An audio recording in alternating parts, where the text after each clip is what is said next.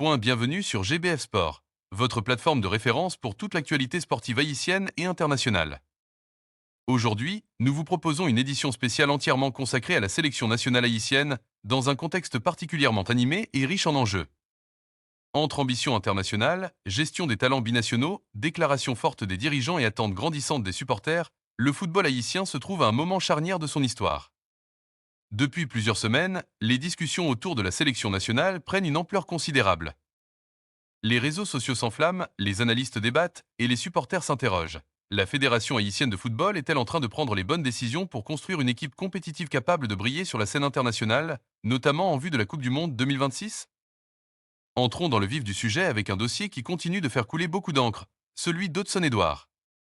L'attaquant, bien connu pour ses performances dans les championnats européens, représente depuis plusieurs années un espoir majeur pour la sélection haïtienne. Son profil correspond parfaitement aux besoins actuels de l'équipe. Un joueur offensif capable de faire la différence, d'apporter de la créativité et de concrétiser les occasions. Selon plusieurs sources proches du dossier, la fédération n'aurait pas abandonné l'idée de convaincre Edouard. Une nouvelle tentative pourrait être lancée d'ici mars 2026, ce qui montre à quel point ce dossier est considéré comme prioritaire. Cependant, cette insistance soulève des interrogations. Est-il judicieux de continuer à investir du temps et de l'énergie dans un joueur qui n'a pas encore donné son accord? Ou serait-il plus stratégique de tourner la page et de se concentrer sur des profils plus accessibles et immédiatement disponibles? Ce débat divise les observateurs. Certains estiment que le talent d'Edouard justifie pleinement cette persévérance. Dans un football moderne où les différences se font souvent sur des détails, disposer d'un joueur de ce calibre pourrait changer la dynamique de toute une équipe. D'autres, en revanche, pensent que la fédération prend un risque en misant autant sur une incertitude. Une équipe nationale doit se construire sur des bases solides avec des joueurs engagés et disponibles. Passons maintenant à un autre dossier important, celui de Kelvin Amian. Ici, la situation semble différente. Le joueur aurait déjà exprimé une volonté de représenter Haïti, ce qui en fait une opportunité concrète pour la fédération. Défenseur polyvalent, capable d'évoluer à plusieurs postes dans la ligne défensive, Amian possède des qualités précieuses: discipline tactique, expérience du haut niveau et capacité d'adaptation. Malgré ses atouts, le dossier semble avancer lentement. Cette lenteur inquiète certains observateurs, qui craignent que la fédération ne manque une occasion importante. Dans un contexte où plusieurs sélections cherchent à attirer des joueurs binationaux, chaque délai peut coûter cher. La concurrence est réelle, et les décisions doivent être prises rapidement.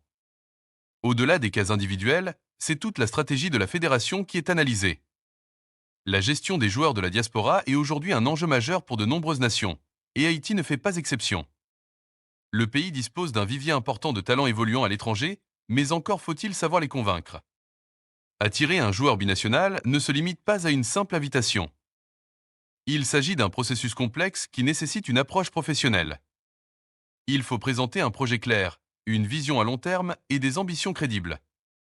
Les joueurs veulent savoir où ils mettent les pieds, quelles sont les conditions de travail et quelles sont les perspectives d'évolution.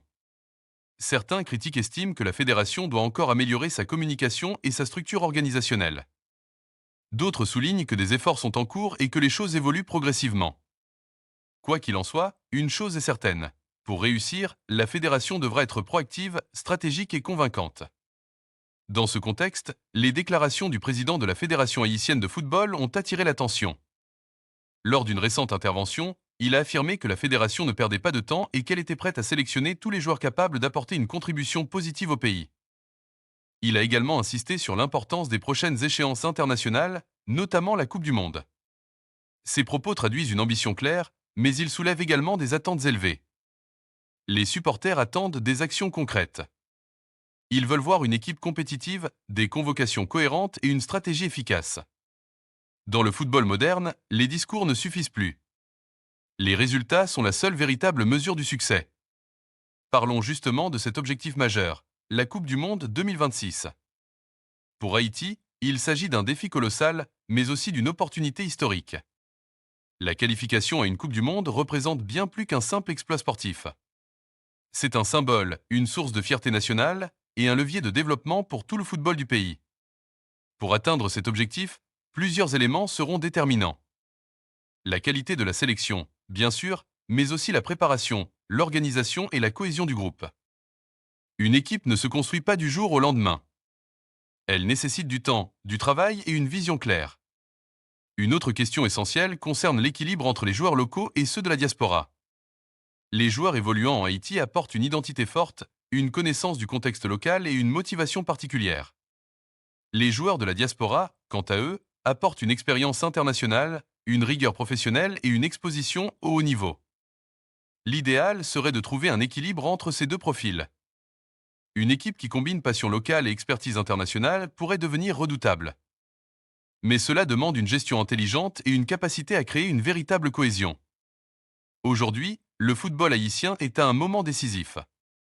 Les choix qui seront faits dans les mois à venir auront un impact durable sur l'avenir de la sélection nationale. Les dossiers comme ceux d'Hudson-Édouard et de Kelvin Amian ne sont que des exemples d'un enjeu plus large, celui de la construction d'un projet ambitieux et durable. Les supporters, de leur côté, jouent également un rôle important. Leur soutien, leurs critiques et leurs attentes contribuent à façonner l'environnement autour de l'équipe. Dans un pays où le football est une passion, chaque décision est scrutée, analysée et débattue. Alors, plusieurs questions restent ouvertes. La fédération doit-elle continuer à insister pour convaincre Hudson-Édouard? Kelvin Amian doit-il devenir une priorité absolue? La stratégie actuelle est-elle suffisante pour permettre à Haïti de franchir un cap sur la scène internationale? Et surtout, la sélection nationale est-elle prête à relever le défi de la Coupe du Monde 2026? Le débat est lancé, et il est loin d'être terminé. C'était GBF Sport, votre émission dédiée à l'actualité sportive. Merci de nous avoir suivis pour cette édition spéciale riche en analyses et en réflexions. Restez connectés pour encore plus d'informations, d'interviews et de débats autour du football haïtien. À très bientôt pour une nouvelle édition. Et vive le sport, vive Haïti!